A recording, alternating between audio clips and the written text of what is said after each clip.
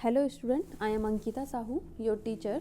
तो आपका जैसा कि शुंग काल चल रहा था और शुंग काल आपका ख़त्म हो चुका था, तो शुंग काल के बाद अब हम युवान काल के बारे में पढ़ेंगे।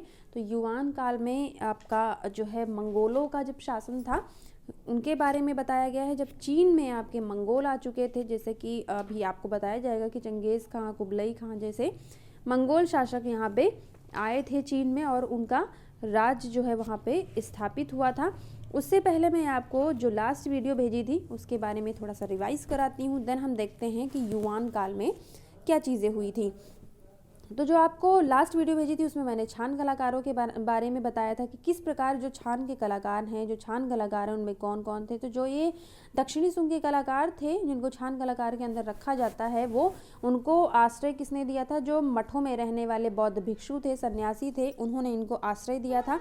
और इनकी जो कलाएँ थी वो पहले एक्सेप्ट नहीं की गई थी, ना ही किसी अकेडमी में इनको हिस्सा मिला था। तो इनके जो जब जापानी लोग यहाँ आए चीन में, तो इन्होंने इन चित्रकारों की बहुत प्रशंसा की और इनके चित्रों की बहुत प्रशंसा की। तो इस प्रकार इन चित्रों का महत्व उस समय पर फिर बढ़ गया। तो इसका जो महत्वपूर्ण चित्रकार था उसमें दो महत्वपूर्ण चित्रकार थे, एक था इसका लियांग, दूसरा था इसका मूछी। तो लियांग जो है उसके पूर्वज जो थे वो मुख्यमंत्री थे और इसके बाद लियांग ने यहाँ पे विद्रोह कर दिया था, इसीलिए इसको समाज से बहिष्कृत भी कर दिया था। इसको जो है उपस्थित कलाकार के पद से सम्मानित किया गया था और साथ में उसको स्वर्ण चंवर से भी सम्मानित किया गया था।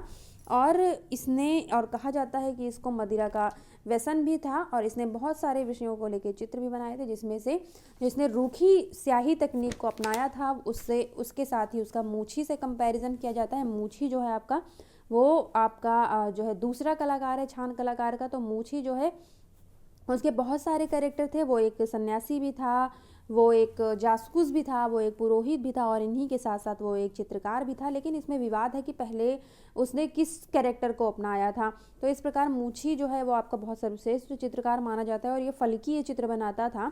जैसे कि आपको बताया था कि इसने एक चीता का चित्र बनाया है और इसने नदियों का चित्र बनाया है जिसको 8 फलक में डिवाइड किया गया है। और मूछी जो है वो भी विद्रोही टाइप का था और विद्रोह के कारण इसको भी काफ़ी सज़ा मिली वहाँ पे। और इस प्रकार जो है वो मूछी बहुत सारे विषय को लेकर चित्र भी बनाता था और उसके जो विषय थे वो बहुत विविधता पूर्ण थे, जैसे पशु पक्षी, ड्रैगन, ताओवादी, धार्मिक विषय और ये सारी चीज़ें ये बनाता था। तो आप देखेंगे आपका जो नेक्स्ट टॉपिक है युवान काल। तो चलिए पढ़ते हैं युवान काल के बारे में। 1263 से 1368 इसका टाइम पीरियड है। 13वीं शती के आरंभ में चीन पर मंगोलों के आक्रमण आरंभ हो गए। 1210 में चंगेज़ खान ने चीन राज्य पर आक्रमण किया और राजधानी बीजिंग को ध्वस्त कर दिया। तो आपको बताया था कि चीन की जो राजधानी थी वो बीजिंग थी उस समय भी। तो इस समय जो है जब युवान काल आया तो युवान काल ही जो वो 13वीं शती से आरंभ होता है और इस समय भी आपको बताया था कि मंगोलों का आक्रमण हुआ था यहाँ पे। मंगोलों के आक्रमण यहाँ पे प्रारंभ हो गए थे। तो इसमें जो 1210 में सबसे पहले आक्रमण किया था वो किसने किया था? चंगेज़ खान ने किया था और चीन पर इसने आक्रमण किया और अपनी जो इसकी राजधानी थी, चीन की राजधानी थी बीजिंग, उसको भी इसने ध्वस्त कर दिया था। बाद में उसने उस पर अधिकार कर लिया और झिया राज में भयंकर नरसंहार किया। 99% लोगों को इसने मार दिया था। 1235 में दक्षिणी चीन पर धावा बोला और अंत में 1279 में अंतिम सुई शासक को समाप्त कर कुबलई खान ने संपूर्ण चीन पर युवान के नाम से शासन की घोषणा कर दी थी। तो जो आपका युवान काल की स्टार्टिंग है वो जो है वो मंगोल के शासक के समय ही हुई थी। तो 1235 में इसने जो है फिर से दक्षिणी चीन में भी धावा बोला और इस प्रकार से जो सुई का अंतिम शासक था, जैसा कि आप लोग इसके पहले सुई शासन पढ़ चुके हैं, तो उसका भी जो शासक था लास्ट उसको भी इसने मार दिया। और उसके बाद जो कुबलई खां था उसने क्या किया? संपूर्ण चीन पर अपना साम्राज्य स्थापित कर लिया और उसके बाद युवान नाम से अपनी शासन की घोषणा कर दी। इसीलिए इस काल को युवान काल के नाम से जाना जाता है। 1294 में कुबलई खां की मृत्यु के पश्चात 1348 तक 10 शासक यहाँ पे बदले गए। तो ये सारे मंगोल के ही थे जो कि 1294 के बाद से 1348 तक रहे। इस समय चीन में विद्रोह आरंभ हो गए और अंत में 1368 में अंतिम मंगोल जो शासक थे वो चीन से भाग गए। तो जब यहाँ पे चीनी मजबूत हो गए चीनी लोग, तो उन्होंने फिर से विद्रोह स्टार्ट कर दिया और इसके साथ ही 1368 में जो है वो अंतिम मंगोल शासक को भी यहाँ से भगा दिया। आगे देखते हैं। मंगोल शासक चीन में अपना इतिहास 1263 से आरंभ करते हैं, जब कुबलई खान ने बीजिंग को मंगोल साम्राज्य की चीनी राजधानी घोषित किया और उसका नाम खान बालिग रखा था। तो इन्होंने अपना इतिहास कब आरंभ किया था? 1263 में। किसने? मंगोल शासकों ने। और कुबलई खान ने क्या किया? जब इसने बीजिंग को ध्वस्त किया था और इसके बाद इसने राजधानी जो बीजिंग थी और उसका नाम इसने चेंज करके खान बालिग रख दिया था। इटली निवासी मार्को पोलो 1274 में उसकी सेवा में था और उसने राजधानी का विस्तृत वर्णन किया हुआ है। तो मार्को पोलो का नाम आप पहले भी सुन चुके होंगे।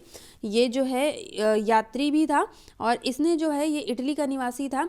इसने जब यहाँ पे 1274 में जब यहाँ पे ये सेवा में था, तो उसने क्या किया, यहाँ की जो राजधानी थी उसके बारे में पूरा एक्सप्लेन किया हुआ है, उसके बारे में पूरा वर्णन किया हुआ है। तो देखते हैं क्या वर्णन किया हुआ है। उसने लिखा है कि राजमहल की इमारत केवल एक मंजिला ही थी, जिसकी ऊंची छतें और दीवारें सोने तथा चांदी से मढ़ी हुई थी। तो जब यहाँ पे मंगोल शासक थे तब की बात हो रही है। मार्को पोलो ने जो एक्सप्लेन किया है उसकी बात हो रही है। जो यहाँ के राजमहल, जो यहाँ के इमारत थे, उनकी बात हो रही है। तो जो इनके इमारत थे वो थे तो एक मंजिला, लेकिन उनकी जो ऊंची छतें थी, दीवारें थी, उनको सोने चांदी से जो है वो मढ़ा गया था। मतलब सोने चांदी की परत यहाँ पे लगाई गई थी, उन पर डिज़ाइंस बनाई गई थी। और दीवारों तथा छत पर ड्रैगन, वन्य, पशु, पक्षी, वीर सैनिक तथा प्रतिमाएं गढ़कर उन पर सोना चांदी मढ़ दिया जाता था। तो जैसा कि अभी आपको बताया कि यहाँ पे दीवारें जो हैं वो सोने चांदी से मढ़ी हुई बनाई गई थी। तो पहले ये क्या करते थे, ये स्कल्पचर तैयार करते थे और उसके ऊपर सोने की परत को चढ़ा देते थे। तो इस प्रकार यहाँ पे कुछ जो चित्र हैं वो बनाए गए हैं दीवारों पर। और आगे देखते हैं। इस भवन तक पहुंचने के लिए चारों दिशाओं में संगमरमर की सीढ़ियां बनी थी। तो अभी आपको बताया है कि ये जो यहाँ के राजमहल थे वो बहुत सुंदर थे और यहाँ पे इस भवन में जिस राजमहल की मार्को पोलो बात कर रहे हैं, उसमें चारों दिशाओं में संगमरमर की सीढ़ियां लगी हुई थी, बनी हुई थी। आगे देखते हैं। महल अनेक चित्रों से सुशोभित था। महल का सभागृह इतना बड़ा था कि उसमें 6000 व्यक्ति एक साथ भोजन कर सकते थे।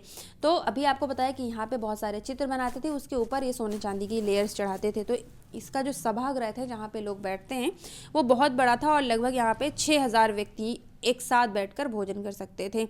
संसार में इससे अधिक भव्य भवन की कल्पना नहीं की जा सकती। छत का बाहरी भाग भी सिंदूरी, पीले, हरे तथा नीले रंग से चमक रहा था। तो मार्को पोलो ने जिस प्रकार इसकी प्रशंसा की है उसको देखते ही लग रहा है कि जो राजमहल था वो बहुत ही सुंदर बनाया गया था और यहाँ पे इतना सुंदर था। तो मार्को पोलो कहते हैं कि इसकी जो है किसी के साथ कंपैरिजन ही नहीं किया जा सकता, ये संसार में इतना सुंदर महल था। और छत का जो बाहरी हिस्सा था वो सिंदूरी, पीले, हरे और नीले रंग से चमक रहा था। आगे देखते हैं। भवन के बाहर सुंदर उद्यान और फलदार वृक्ष थे, जिसमें गिलहरी एवं हिरन आदि पशु विचरण करते थे।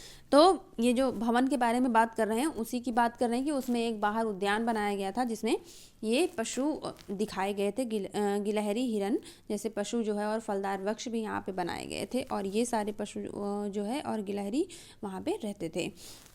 मार्को पोलो ने जिस कला का वर्णन किया है वह चीनी शैली की ही थी। संपूर्ण भवन चीनी शास्त्रीय पद्धति से ही निर्मित था। राजनीतिक कारणों से मंगोलों ने बौद्ध धर्म को संरक्षण दिया। तो देखो ये जो महल की प्रशंसा कर रहे हैं ये पूरा चीनी स्टाइल पर भवन बना हुआ था और बहुत सारे कारणों से, बहुत सारे राजनीतिक कारणों से इन्होंने बौद्ध धर्म को संरक्षण दिया हुआ था, क्योंकि मंगोल जो थे वो बौद्ध धर्म के नहीं थे। वे उसके तांत्रिक रूप से बहुत प्रभावित हुए, किंतु उसके समय की बौद्ध कला में नवीन प्रेरणा न होने से कोई नवीनता नहीं है। तो इसमें बौद्ध कला के बारे में कोई भी नई चीज़ हमें पढ़ने को नहीं मिलती है जब यहाँ पे मंगोल शासक थे उस टाइम पे। तो इसीलिए कोई नई चीज़ें जब नहीं हुई तो नवीनता के बारे में हमें यहाँ पे कुछ पढ़ने को नहीं मिलता है। और विदेशी शासन होने के कारण श्रेष्ठ कलाकार भी दरबार से अलग और दूर रहे। तो जब यहाँ पे मंगोलों का आक्रमण हो गया, विदेशी हो गए, ये विदेशी शासन हो गया यहाँ पे चीन में, तो इसी कारण जो कलाकार थे वो भी क्या हो गए, दरबारों से दूर रहने लगे और दूर रहकर वो अपना काम कर रहे थे। तो इसके बाद आपका नेक्स्ट टॉपिक बांस चित्रण स्टार्ट होगा। इस वीडियो से रिलेटेड अगर आपको कुछ नहीं समझ में आया हो और अगर इस टॉपिक से रिलेटेड कुछ नहीं समझ में आ रहा हो तो मुझसे जूम मीटिंग पर डिस्कस करें। तो इस प्रकार आपका युवान काल जो है वो समाप्त हुआ और युवान में जो है वो आपका मंगोलों का वर्णन स्टार्ट होता है और यहीं पे आपका मंगोलों का वर्णन खत्म होता है। धन्यवाद।